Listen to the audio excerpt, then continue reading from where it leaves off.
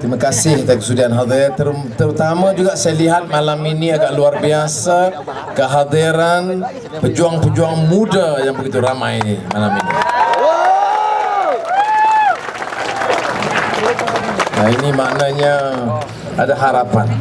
Bila kita lihat ada kesedaran baru, lonjakan semangat itu terangkat kerana kehadiran dan penyertaan dan semangat kalangan muda, masa depan kita lebih cerah.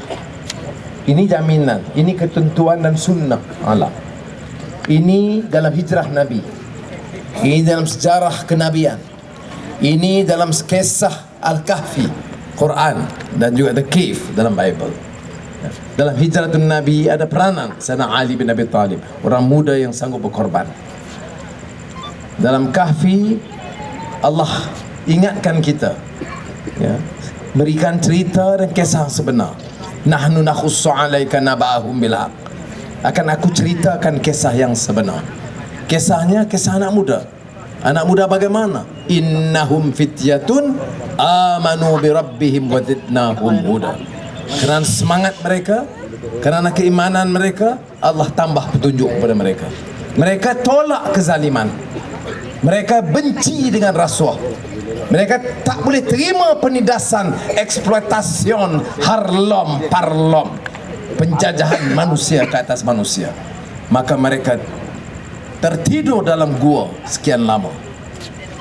Allah angkat darjat mereka. Kerana apa? Mereka tidak gentar dengan kuasa yang zalim. Warabatna ala qulubihim idh qamu faqalu rabbuna rabbus samawati wal ard. Kerana terpahat dalam hati sanubari mereka, dan mereka katakan, kami hanya gentar pada Tuhan yang menjadikan langit dan bumi.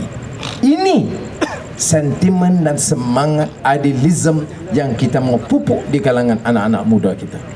Ini yang dipupuk apa? Kalau belajar masuk universiti pun, ini boleh baca, ini tak boleh baca. Ini larangan, ini larangan, ini larangan. Sebab itu kita dalam perkataan ayat kata, kita perintah batalkan seluruh sekatan termasuk auku. Bagi dia ruang. Dia silap, kita tegur. Dia dahagakan ilmu, kita beritahu, kita beri panduan. Itu tugas kita. Bukan menakutkan, bukan menjadikan universiti itu gelanggang propaganda. University, universe, maknanya ruang lingkup dunia. Pengetahuan itu yang cukup meluas. Kulliyah, kulli dari perkataan Arab. Kulli, mana kulli keseluruhannya. Itu maksudnya, bukan kuli. Ini masuk kuliah, fikir macam kuli.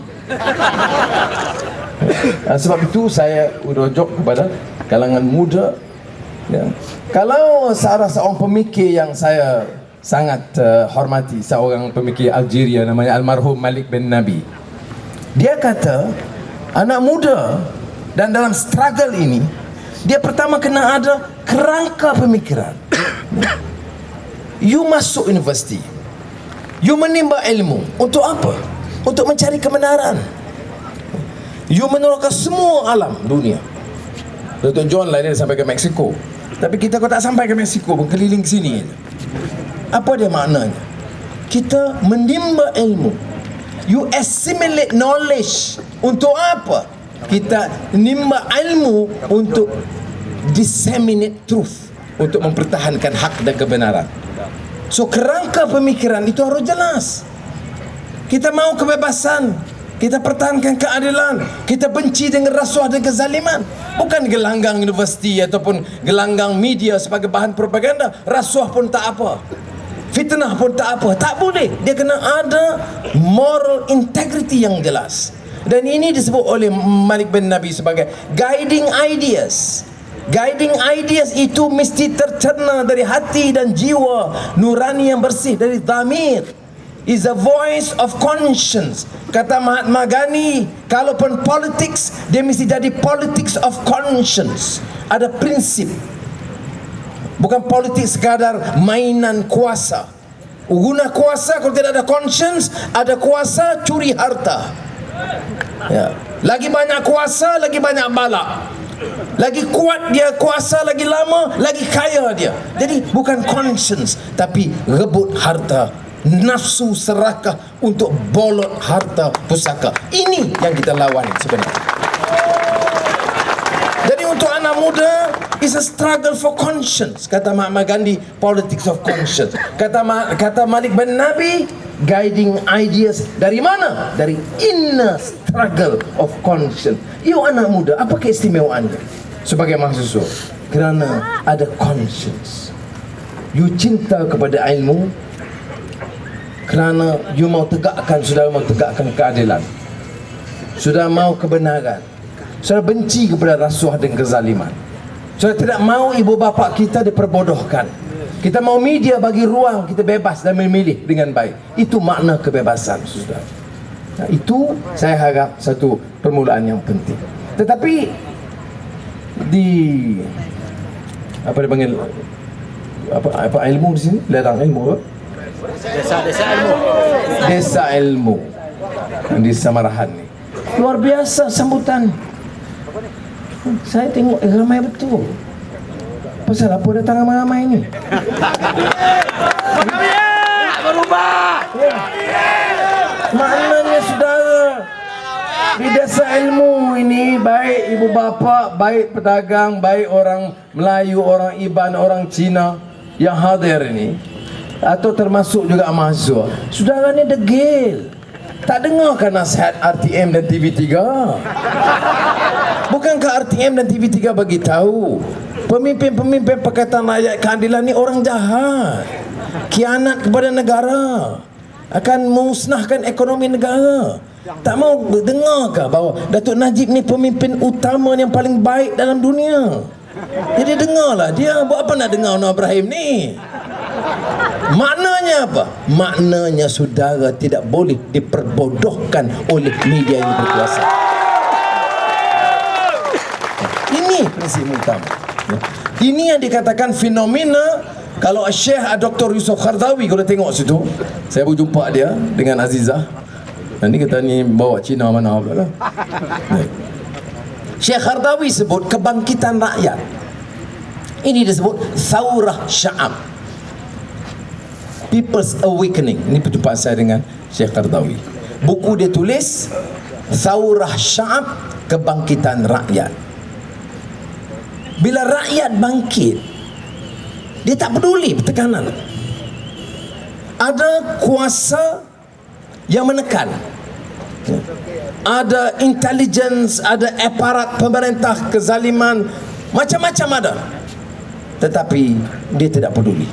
Ada hutan auku, ada tindakan disiplin diambil, ada orang dipenjarakan, ada orang yang dirampas hak mereka, ada yang guru yang ditukar ke kapit. Saya baru jumpa guru daripada kapit, kan nak pergi ke kapit. Datuk Seri dia dah saya ni pasal dia dapat buang ke kapit. Saya kata bukan buang ke kapit, tugas kamu menyedarkan rakyat kapit untuk bawa perubahan. Ini yang disebut dan diterjemahkan oleh Abim sebagai kebangkitan rakyat. Saudara, fenomena kebangkitan rakyat ini bukan parti, bukan sebab Anwar, bukan sebab Ustaz Hadi, bukan sebab Kit Siang, bukan sebab Barupian, bukan sebab Parti Keadilan atau DAP atau PAS. Ini fenomena yang lebih daripada parti atau individual. Ini kebangkitan rakyat. Dan kita lihat di mana-mana. Di sini tadi di Bau ribuan, pagi tadi di Marudi, begitu juga panas terik, orang berhimpun ribuan. Padahal kita tak bagi minum pun tak ada, kerusi pun tak cukup. Ya, bukan saudara tak ada minum, saya pun tak dapat. Ya, saudara, ini dia kata kebangkitan rakyat. Ini yang menakutkan mereka. Ini yang sebab mengapa kami dicaci, difitnah tiap malam. Di televisyen tiap malam dia maki. Tengok ni, ni di Saratok, ni gambar, di Kabung nama tempat. Tengok. Ya, Kabung, orang Iban, orang Melayu, orang Cina berhimpun begitu. Utusan kata berapa orang? 218 orang. Bodoh, penipu. TV kata, TV3 kata 223 orang. Kebangkitan rakyat ini menakutkan. Sebab tu saya kata 2008 kita menang di Semenanjung, kita kalah di Sabah Sarawak. Tetapi ada kebangkitan sekarang. Tengok di Sabah ini, Papar. Ya, ini Kalilah dia kata. Ini di Lahad Datu. Lahad Datu tadi ini. Ya. Ini di Pensiangan, Keningau. Ya, sudah. Pensiangan. Sudah, ini yang menakutkan Najib. Sebab tu saya kata, tengok, tanya sama pokok apa sebab goyang. Ini kita tanya Najib, tengok. Tanya sama Najib apa sebab goyang. Nanti jawab Najib, Sarawak nak hilang.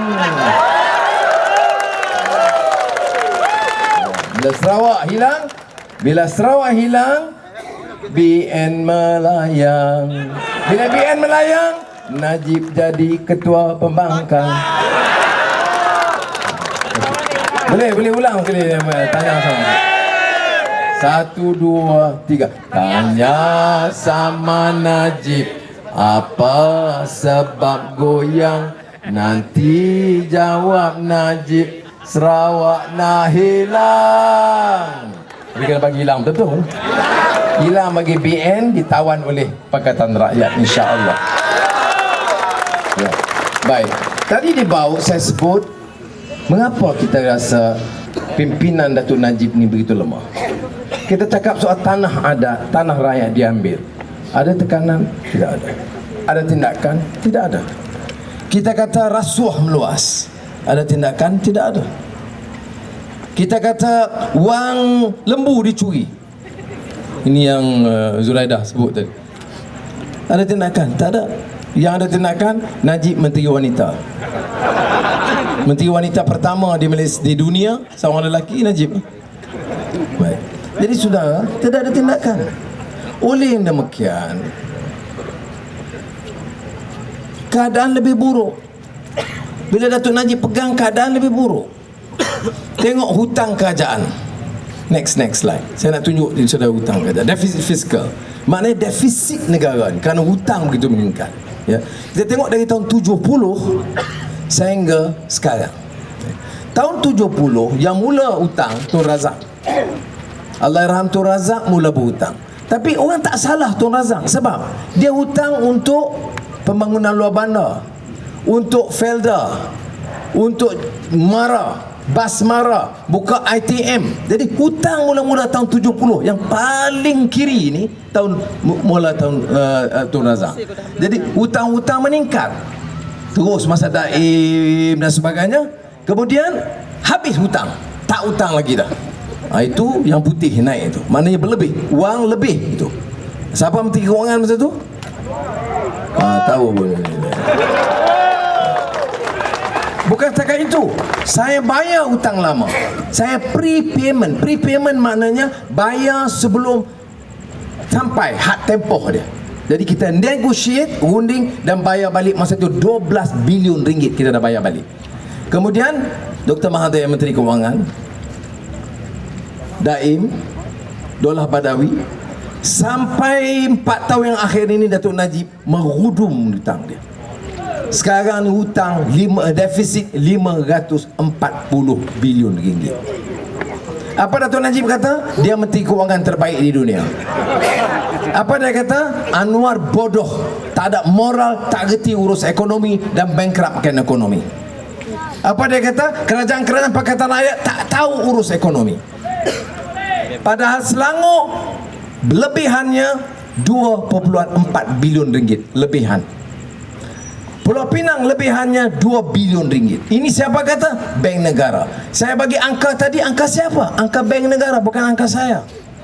Sudah. Sebab itu ini dipadamkan, tidak dibenarkan orang tahu, supaya dia boleh hidup dengan propaganda. Sudah. Sebab itu media masih digunakan sepenuhnya untuk jadi alat murahan, alat fitnah, propaganda jahat. Tapi kenyataan ini tidak boleh dipadamkan. Sebab itu saya minta terutama anak muda yang punyai pendedahan, yang punyai ilmu harus turun dalam gelanggang, sedarkan rakyat. Apa kita istimewanya sebagai anak muda pejuang mahasiswa ni? Apa dia? Kerana kita pejuang. Ini anak muda, umur muda, cakapnya lantang, tenaganya kuat, tapi dapat RM20. Tak ada harga diri dan maruah.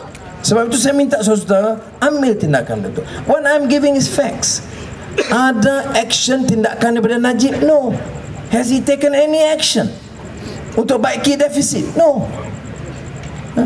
Kalau Tun Razak utang dulu sikit 5 bilion, kita nampak kesan marah buka. Najib dalam masa 3 tahun 4 tahun dia jadi Menteri Kewangan, hutang bertambah 300 bilion ringgit. You nak apa?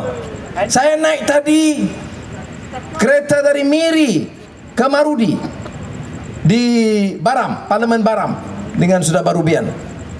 Sudah. Bila saya telefon Azizah, dia kata, "Bang, kemana bang?" Saya jawab, "Ni ke Marudi."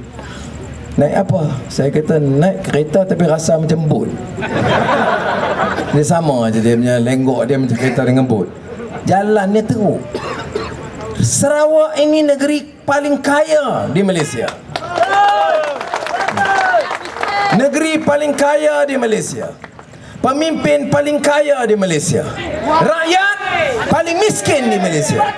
Ya. Itu pun rakyat masih tetap sokong Barisan Nasional. Walaupun miskinlah tak apa. Harga barang naik tak apa, barang naik tetap sokong. Apa punya manusia macam ini? Jadi sedap itu saudara, itu dulu. Sebab itu saya harap kita ada perubahan. Ini ditekankan baru-baru ini, dan saya tegang di beberapa tempat, ada keluar laporan yang disebut Global Financial Integrity, GFI. Ini badan antarabangsa, tugas dia untuk kaji wang, pengaliran wang yang dicuri, dirompak, dibawa keluar tanpa rekod.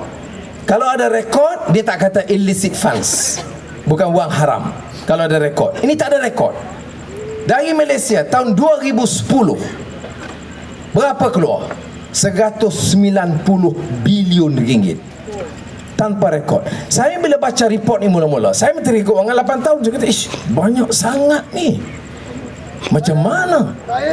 Takkan pula mahasiswa atau peladang atau peniaga kecil di Kota Samarahan ini yang bawa keluar? Tak mungkin. Dia hanya mungkin dibawa keluar oleh peniaga besar dengan kerjasama pemimpin-pemimpin besar. Berapa keluar? You tengok ni senarainya yang ada di dunia. Mula kita dulu nombor 5, sekarang dah nombor 3. Tapi tahun 2010 kita nombor 2 di dunia.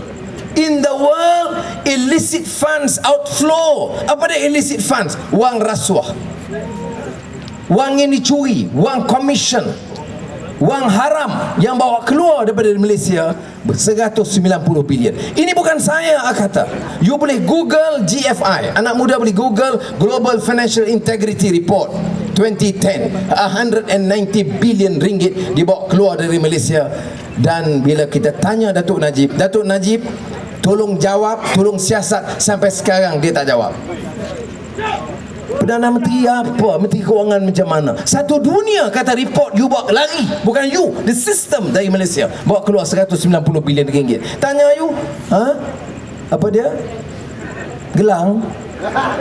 Cincin? Mesti tak jawab. Mana boleh? Kalau saya umpamanya kita, saya Menteri Kewangan, ada laporan 30 bilion dibawa keluar. You remember forex loss 30 bilion. Saya terus bentang di parlimen, debat, pembangkang hantam habis-habisan. Tapi kita bentang, dedahkan, buat kajian terbuka mengenai loss itu, walaupun masa itu yang terlibat Tun Daim dan Dr. Mahathir. Itu 30 bilion. Itu kita bentang bahas di parlimen. Ini 190 bilion. Tanya, saya bangunnya, saya nak tanya Menteri Kewangan, terus zoom keluar. Saya bangun aja, Datuk Najib zoom keluar. Tak boleh langsung. Jadi saudara, ini menjadi masalah. How can you are the Prime Minister and Finance Minister, and there's an international report saying that the country outflow of illicit funds forbidden funds maknanya, brought out without the proper procedures, 190 billion ringgit, and you just remain silent, you refuse to comment, no investigations. Mana boleh? Dan nak suruh pemimpin BN tanya, nak minta ahli parlimen BN tanya, no way.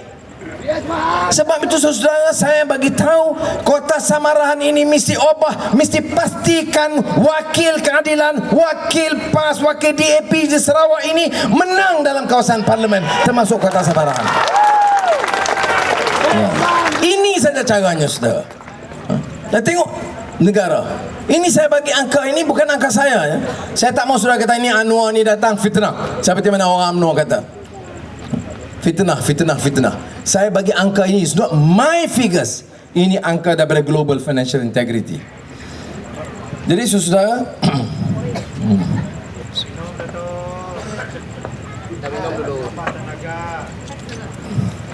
air berbotol plastik. Mentang-mentang saya ni ketua pembangkang Banduan Penjara Sungai Buloh. Sudah, negara ini kaya. Saya kata kita menang insya-Allah Tawan Putrajaya. Hari ini menang, esok angkat sumpah. Dalam masa 24 jam kita turunkan harga minyak di seluruh negara. Tadi Zuraidah pernah sebut. Okay. Saya kata tahun ini pilihan raya 1-2 bulan ini, tahun ini juga saya batalkan PTPTN dan hutang PTPTN. Anak-anak kita, anak Melayu Bumi Putera, anak Cina, anak India yang belajar di UiTM, Universiti Malaya, Unimas, UUM, mana-mana seluruh Malaysia ya, bagi dia peluang belajar dengan baik. Tingkatkan mutu pendidikan, bagi dia kebebasan, bagi dia kemudahan yang cukup, bagi dia kemudahan. Saudara, di Turki ada minyak? No, Turki tak ada minyak. Tapi dalam masa 2,5 tahun sahabat saya Tayyip Erdogan, Perdana Menteri, dia batalkan PTPTN Turki ya. Sekarang dia bagi one computer, walaupun murah, one computer to every single student. Apa sebab Malaysia tak boleh buat? Berapa kita untung dari minyak? 80 bilion ringgit. Berapa wang bawa keluar? 190 bilion ringgit. Berapa bocor rasuah, penyelewengan, pembaziran tiap tahun mengikut Ketua Audit Negara? 20 bilion ringgit. Berapa batal PTPTN dan hutang PTPN tiap tahun? 6 bilion ringgit. Kenapa Najib kata? Bankrupt.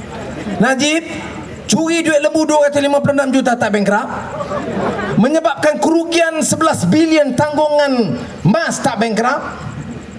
Bagi tanah baru ni kepada Raja Rupiah Ketua Wanita UMNO Selangor 220 ekar prime land in Selangor, tak menyebabkan negeri bankrupt? Pemimpin-pemimpin kaya mentekan darah duit, kamu biarkan. Nak tolong rakyat, kamu kata bankrupt? Tidak layak jadi pemimpin macam itu. Ya, saya marah.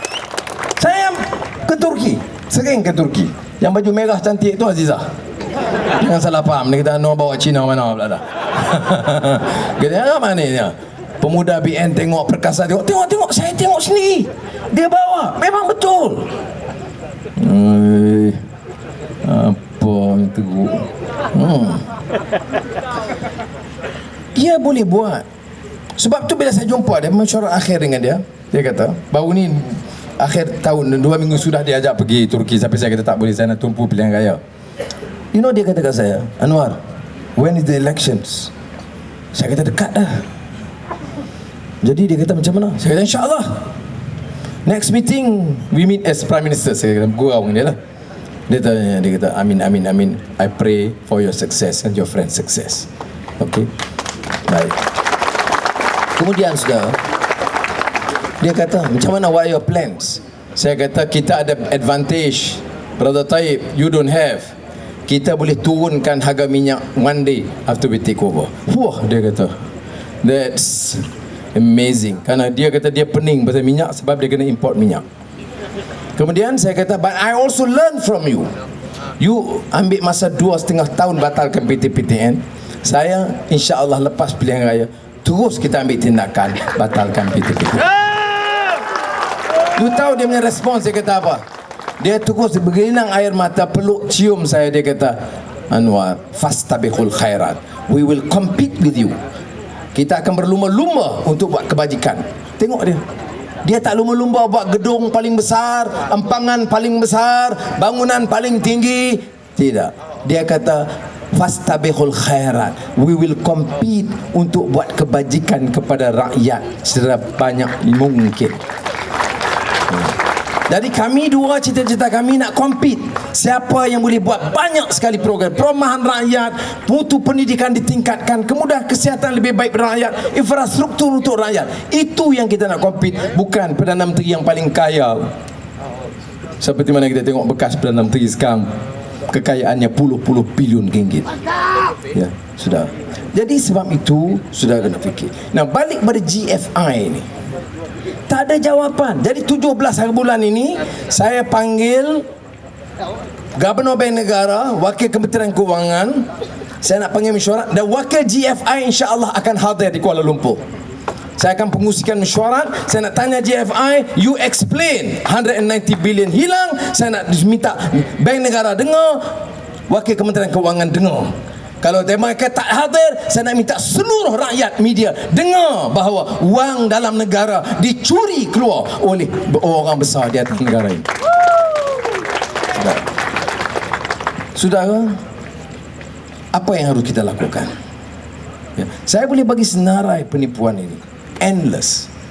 Ya, saya sudah dah sebut tadi. Paling akhir ini cerita yang dibangkitkan Raja Rupiah di Selangor. Saya tak mau cerita di Sarawak, kerana sudah lebih faham di Sarawak. Bukan tanah orang, tanah.